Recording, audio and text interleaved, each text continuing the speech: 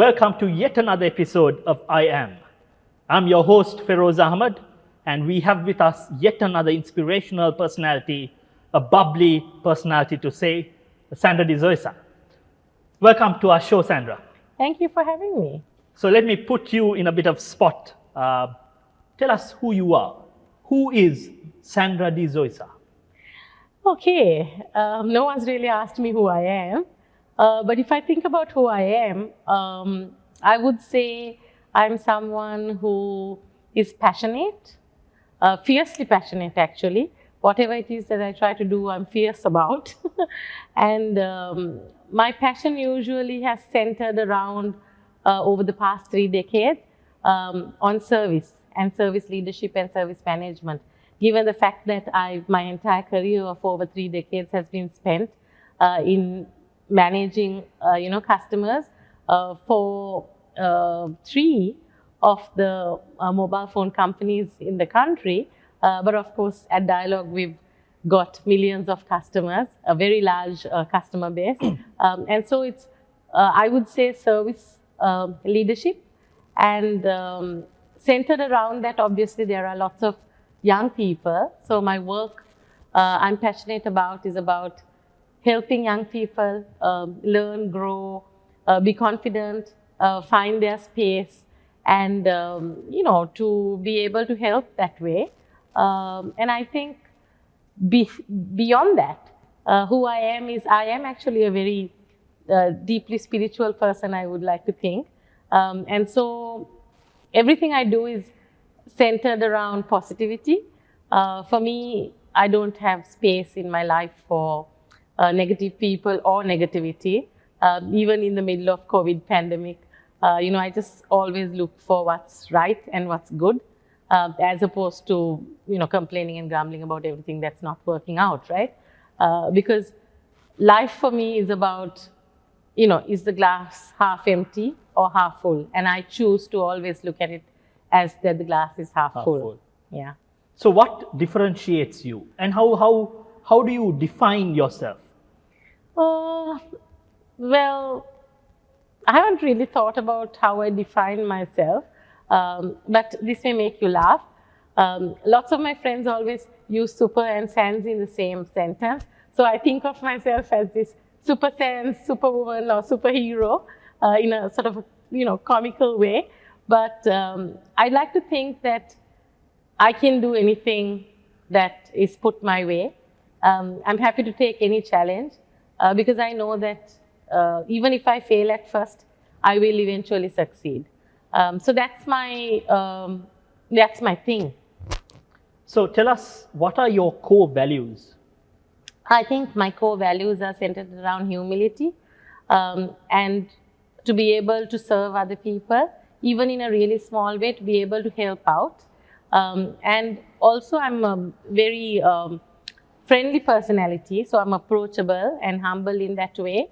I also am very, very serious when it comes to keeping my word. So for me, credibility that I've built and integrity is very, very important to me. And I think that's who I am, and I would like for other people to see me the same way. And when people actually validate what I want to be and who I think I am, it brings me to tears because I kind of know then that I'm going on the right path. So you spoke about humility, helping others, and it's no surprise the career path you've undertaken. So tell us about your professional experience. Did you always think that this was what you were blessed to do? So I think when I first thought about a career, I've always been, even as a child, in my early days, I've always been somebody like a little Miss Nosy Poker, wanting to help other people, or sort of, if there's something going on, I want to know what it is, and I want to see if I can do something about it, right? So it's my nature that I've been that way, and the career that I'm in now is not something that existed 10 years ago. In fact, in Sri Lanka, pretty much when you talk about customer experience management and digital, it's not something that existed in 10 years ago. So obviously it wasn't that I always meant to be doing that. It just so happened that along the way I transitioned into what I am doing right now. But it's followed my passion. I remember that I once read in a book or somewhere that one should choose a job they like or a career they like, so that they never have to work a day in their life. Looking back 3 decades or more, I feel like I was wise enough to do that, that I had actually picked something that I want to do, that I like to do. And if there's passion, then I think there's never a moment of stress in whatever you do, because you're doing it happily and joyously. Doesn't mean that there's no stressful moments, but you can overcome them easily as long as you love what you're doing. So that answers what I was about to ask next. Oops. Looking back at your career, are you content with? And I think you've already answered that. What was the point in which you realized that you were a success? Well, I didn't know I was a success. Am I? It's up to you to answer. Okay. So, well, whatever little success I have achieved, possibly I've kind of noticed in the last decade or so. And I would say it is more because of the fact that within customer experience management, this discipline is like at a nascent stage. And globally, when I'm being invited to speak at conferences and present, and then also for judging awards and things like that, which are global awards, that's when I realized that, I have achieved some success, because people not just, in Sri Lanka, it was never the case because no one really knew about it and no one really understood. So I didn't have success in Sri Lanka, I'd say. But globally, I realized that I was very successful, because when they think about the global thought leaders and practitioners, and when they think of Asia, I'm always included, I'm always invited to so many global conferences and panels. So much so that I've been, before the pandemic, it's like I used to be invited, and I go to these conferences across the world to present at least 10 to 12 times a year, which is almost, opportunity to travel once a month, which was good for me, because then I also get to do some shopping and do the stuff I like to do. And it's a good change as well. And more than ever, it's the thing I really like to do, meeting with like-minded people, which I don't get to do in Sri Lanka, right? So I really, really love the opportunity of meeting people from across the world with whom I can discuss and share ideas, challenges, thoughts related to my discipline that I'm involved in. So how do you define success, in other words? To me, success is if you are content and happy about what you've got and where you are, you're in a happy place. And if other people acknowledge you for your work, and to me, I think that is success. In terms of successful people, what are the traits that these successful individuals have in common? So for me, successful people, I look at people who've adopted a servant leadership approach. And I can think of a few people like Mother Teresa or Mahatma Gandhi, or, even all of the religious leaders for that matter, right? So they are leaders without titles. They are all leaders who've been humble and extremely passionate about their cause.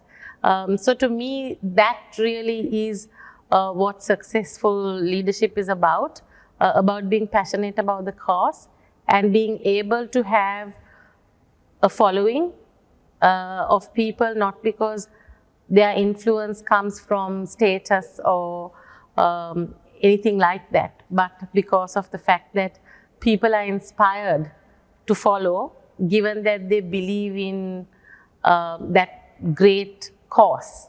And to me, that's what it is. So if you are given a choice of picking one word to describe your own success, what would that one word be? Passion. Passion. So let's talk about the flip side. Everyone loves to talk about the success, but little do they realize that there is a process behind it. There is a lot of failures that one has to face. Have you had any failures? Oh, all the time, even now. I think, I really am okay with failure. I really am okay to accept the fact that I've messed up or I've failed, because to me, there is no shame in it. Failures certainly are the pillars of success.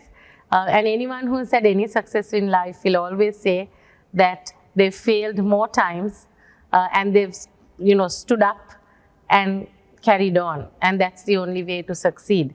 If anyone says that they've always succeeded in life, have never had any failures, I wouldn't believe that. So, would you be able to share one such example of a failure or a mistake? There's so many that I actually can't even think of picking one.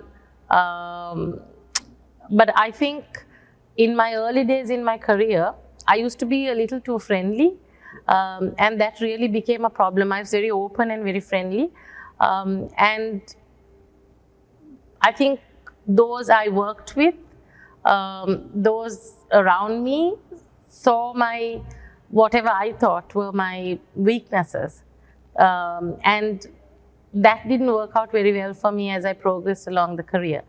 So I chose to be different. For instance, I could cry for anything, so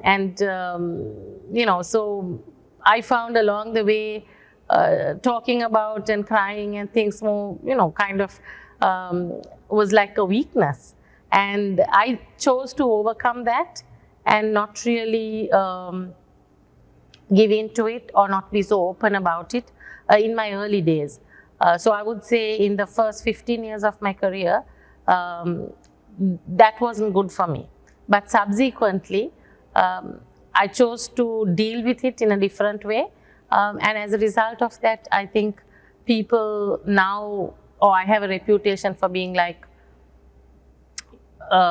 very stern or very strong and, a bit of like an iron lady. So when people say that about me, I laugh about it, and I'm really happy that they think so, because those who are really close to me, my friends, my family, and myself, I know that that's not the truth. So when was the last time you cried? I don't know if I did it today. Well, it's like early morning for me yet, but certainly last evening I cried for no reason, just by watching, an old professor who is logged into a call from Canada at this award ceremony, where the young ones, the youth, were having an awards for, they had a food-thon, and it was from the University of Peradeniya Agriculture faculty.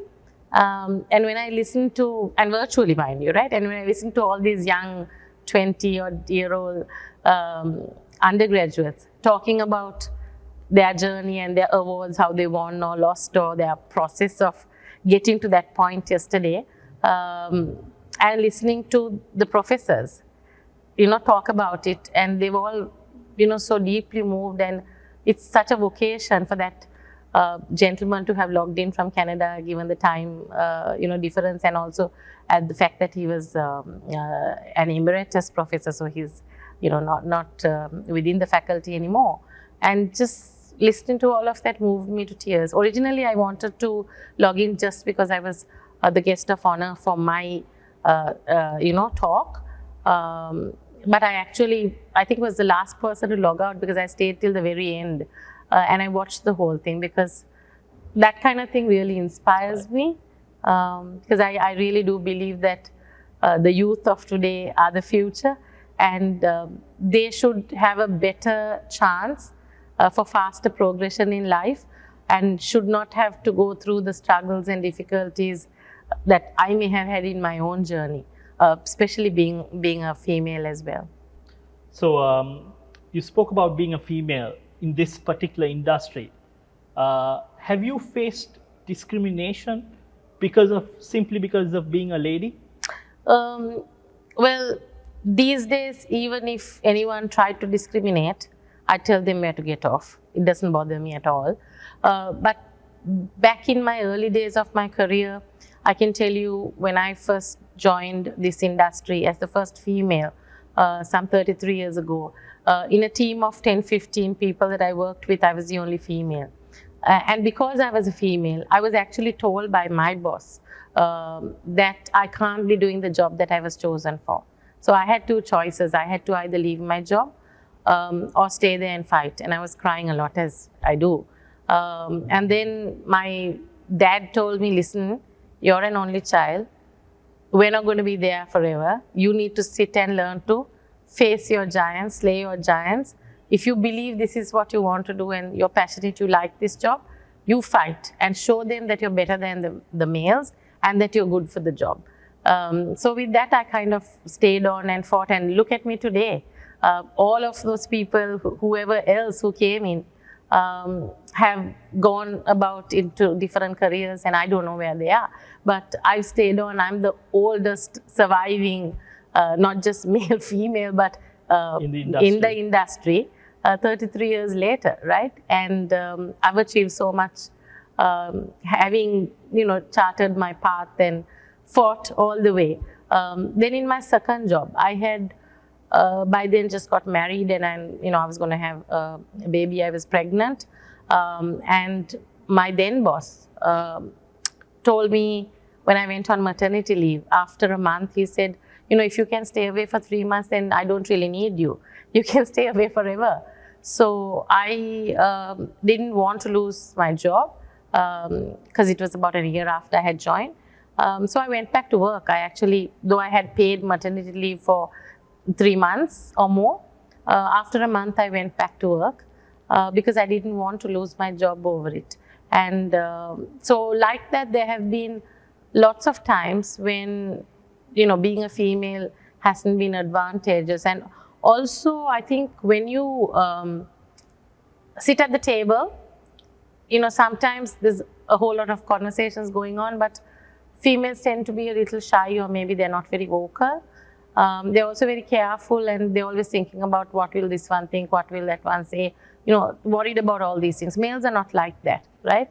So I have over time decided that, I will also be heard. I will also say what I have to say. And one of the things I've noticed even up to now is if a female says something, for instance, if I say something, it could go unnoticed, but then some male will pick up the same thing and say it, right? And then everybody else around the table will say, oh yes, that's a good idea, blah, blah. So I make sure that I also jump in and say, that's exactly what I said a minute ago, or that's exactly what I was saying, right? This is exactly what I was saying. Because I want to make sure that they know, even though they didn't hear me, that actually that was something that I had said, but they didn't hear me, right? And it's not easy to not hear me because I'm vocal and I'm, I'm not soft-spoken at all. But that tends to happen, I don't think anyone means to do that. It's just the way, perhaps in Sri Lanka, the way we've been brought up, right? We sort of tend to hear and give more prominence to the males as opposed to the females, right? So especially for the youth, especially for the young ladies, I really want all those things gone, and I want to see that changing. And I would say to a great extent it has changed. So you spoke about challenges, obstacles, how you overcame, and especially failures. How do you deal with the mental stress, the trauma of losing, trauma of difficult moments? Is there such a thing? Because for me, like I told you, I'm a deeply spiritual person. So for me, even when my dad I was quite young, I was 8 months pregnant when my father passed away. And he passed away through like 2 years of very difficult time because he had cancer. But even that, going through a marriage, going through, a wedding, being pregnant and all of that, and then, my dad's situation. I actually, in his last moments, I was 8 months pregnant and I drove my dad to accident ward because that's whatever, emergency, right? Emergency. I drove him. knowing that he was sitting at the back and breathing his last. And that's a very difficult moment. So I pray, right? And another thing you might find interesting that I don't often think about and remember is that I was actually caught in the tsunami. Oh, right? really? Yeah. So in that time, there was a moment in time when I was underwater, when I was inside the building in a hotel that we had gone to, because it was the day after Christmas. My daughter and my mother-in-law both born on Christmas Day, so we had, taken like 10, 15 rooms, and we were celebrating, right? And after this big celebration, the next morning, I was asleep. Everybody else had gone to have breakfast, and I don't usually have breakfast, so I sleep in. And before I knew it, I was underwater, and I didn't know what to do next. And so somehow, I know what's right, and not somehow, because I believe that there's wisdom in which I find what to do next, or how to deal with, or how to cope. And I actually can cope. So the thing for me is, I know in life now, having lived 5 decades plus, that anything is possible, and bring it on. I don't care what. The positivity is needed. Yeah, I can deal with it because I've overcome so much, and I know I can overcome anything. And so that's actually the strength that I have, with which I deal with life, because I know that anything is possible to a willing heart. And when I actually surfaced out of the water during the tsunami, the first thing I saw was that everybody, so there was my mom, my little daughter was like then probably 5, 6 years old, and my husband, we had like 25 people in the family there. They were all screaming and shouting and howling and crying because they thought I died. And they couldn't believe it when I surfaced there. And I had stitches on my foot because I had to walk across some glass stuff. When the water pulled back, I was up on a coconut tree right at the top. And then everybody was screaming for me to jump down to get into the building, but I was too afraid to jump down because I thought I'll break my leg or something. And I did, right? So I just kind of know that I can overcome anything. And that way, for as much as I can cry about everything, I'm an absolutely strong personality. So what is your biggest fear? My biggest fear? I haven't really thought about my biggest fear, but I guess, given the COVID times and all that, life is so fragile, right? People live today and are gone within hours that you'd never have imagined possible. So there are no assurances and guarantees in life anymore. And I don't like to say this, but my biggest fear, I think, is if I don't get to see my daughter again, because she lives in Melbourne. And that's her biggest fear too. She's always worried about, Mom and Dad, are you safe? Like, I need to see you again. And she hasn't said it like that, but it's like, she must be thinking, like, if something happens, she can't come, and you just get buried within the hour or 2 or 4 or whatever, right? So life has come to that, and that's very fearful. So maybe, not that I'm afraid to die, but I'm sad for if that has to happen, and I don't get to see her getting married, having children and all that. So I think that's what it is. So let me flip it. What is the greatest joy in your life? Of course, my daughter. I thought as much that would be the answer. So let's fast track and fast forward it to the future. Let's picture you spending time with your grandchildren. What would be your advice to them? What would be your message to your grandkids? Well, I'd just like them to be good people, and I'd want them to be sincere, honest, hardworking, decent human beings in life. I think we've all been placed on earth for a purpose, and that is to be able to serve other people, right? To be able to add value in your corner of the world, no matter what it is. It doesn't always have to be about very big things, but whatever it may be, right? If I know that they've turned out to be good people, that's added value in life. I think, so it's not about doing anything that brings harm to other people. It's got to be something that's good, right? And I think that's just all I'd expect of them. And I think my daughter will be happy if her children turn out to be good, as I am that my daughter's turned out to be the wonderful young lady that she is. You've been such an inspiration, but do you have personalities who inspire you? Is there a mentor that you follow? I should say, that my mentors, of course, up until the time, I had my dad and, of course, my mom. They've always inspired me to do things, but the person in the last, I would say, 2 decades or more, whom I've looked up to and tried to follow and got advice from, I would say is my former CEO, my boss, Dr. Hans Vijay Surya, with whom I worked for, whole 2 decades.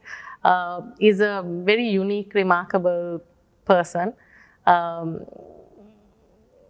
I've never seen him in the last 24 years I've known him ever raise his voice, be angry, say anything negative about anybody.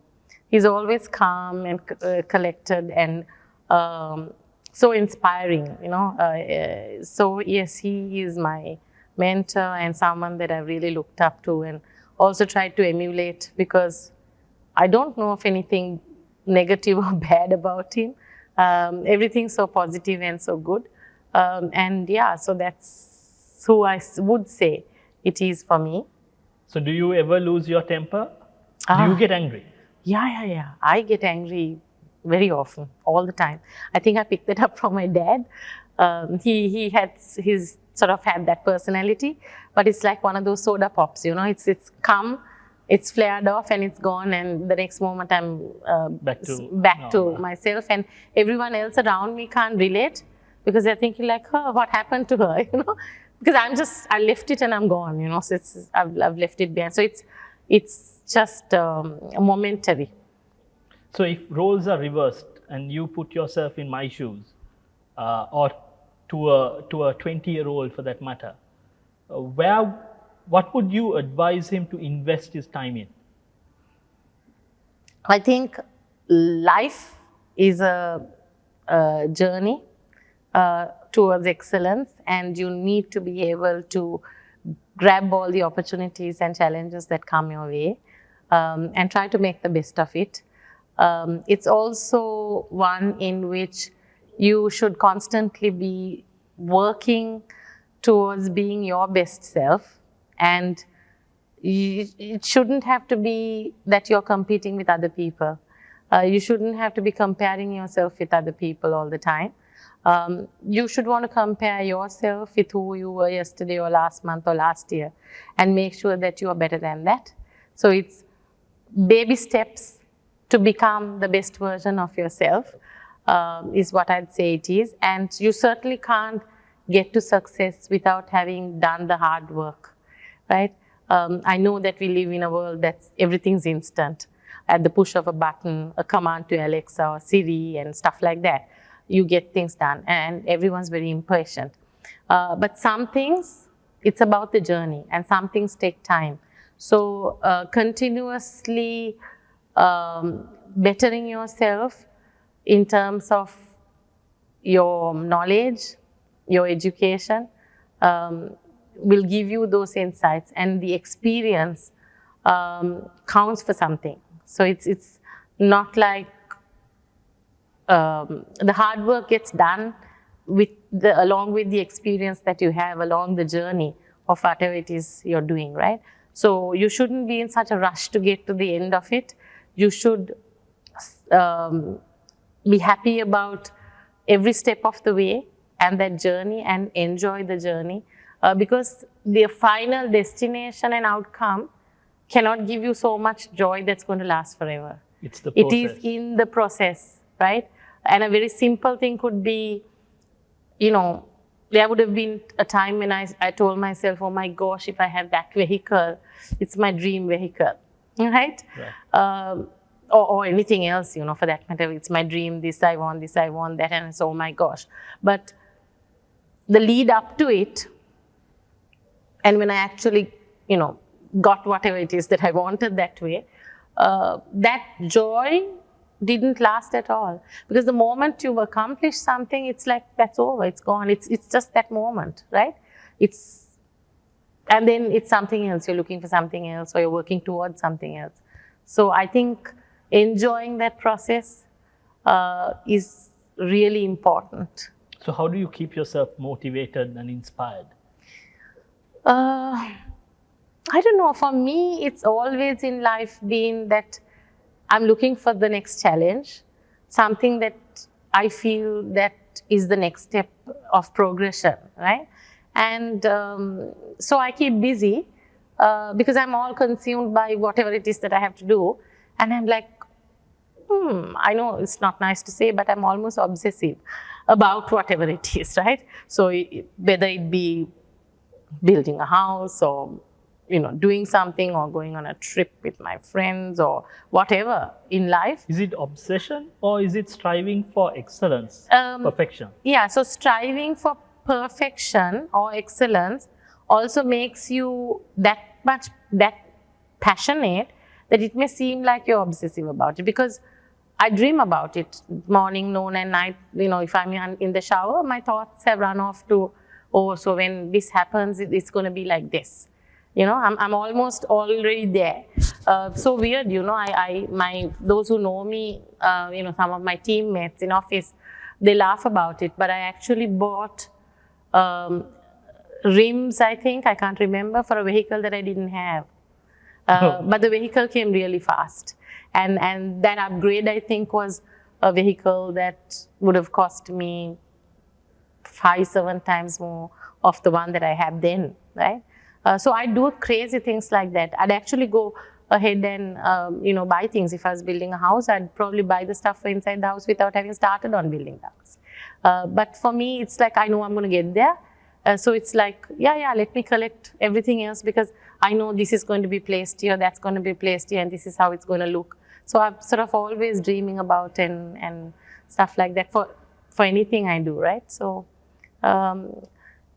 the mind is a very strong, powerful thing. Everything is conceived in the mind. And if you can dream it, if you can conceive it, then you can make it a reality, right? So I think that's what it should be for everyone. And if you fill your mind with negative things, with things that aren't pleasant, then it's like, how they say, like a mind is a devil's workshop or the devil's playground. So you shouldn't let it go there. Instead, you should, if there's negativity, you should learn to say shush and shut off that little negative voice in your head and control it in a way that you fill it up with the good stuff, the positive stuff, and keep your life surrounded with positivity, because with that, you become quite magnetic for other people, and other people tend to support you, rally around you, and help you along your journey. So I think, that's what it is for me. So what is your next step in your journey? What is your next goal in life?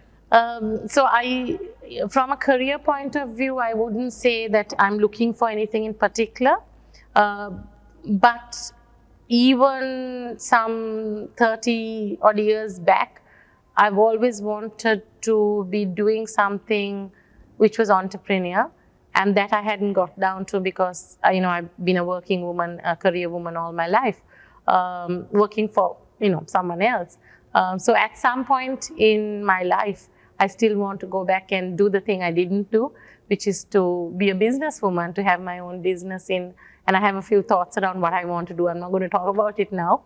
I've always wanted to write a book, because the vast knowledge and experience in my discipline, in customer experience management, I think is something that will be helpful for others. So I'd probably get off to writing a book and then who knows how many more. And because, you know, when my daughter was growing up, I didn't have as much time to spend with her because I was so consumed with my career.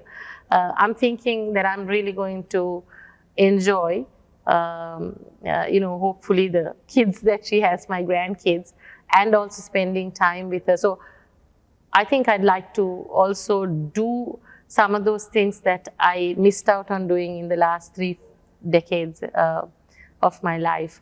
And to me, that's a happy place to be, and that's my happy place. So what would you like to be remembered for? Okay, so this is something that I've been asked many, many, many times. And to me really is whatever legacy you leave, and in my case, it's one in which, and I think about this, is those who come to my funeral should be able to say, there's one woman who's made a change in my life, who's helped me in some way, right? Even a tiny way, to make life better, to enrich the lives of others. And that's what I want to be remembered for, I'd say. So in this current context where we are living in a COVID era, how do you motivate your team? And with that, I would like to also appreciate if you can share, how should one go about this current situation? So, see, the current situation is upon us. You can't control it, right? And making the best under these circumstances is important. There's no point complaining about what is happening somewhere else, or who caused problems, or whom you got COVID from, or the government is not doing this and that type of attitude is not very helpful. I think in this situation too, like any other situation, this is not going to be forever. We will overcome it, and soon it will be a thing of the past, or we'll learn to live with it. Either way, we should get along to be able to do whatever it is that we're doing. In fact, I think in some sense, being in technology, I would say this, there are also the opportunities. So every cloud has a silver lining. You just have to find that silver lining and to make the best of it. Sometimes through adversity comes success and opportunities, right? But not for those who always want to look at the wrong side of things and complain and grumble.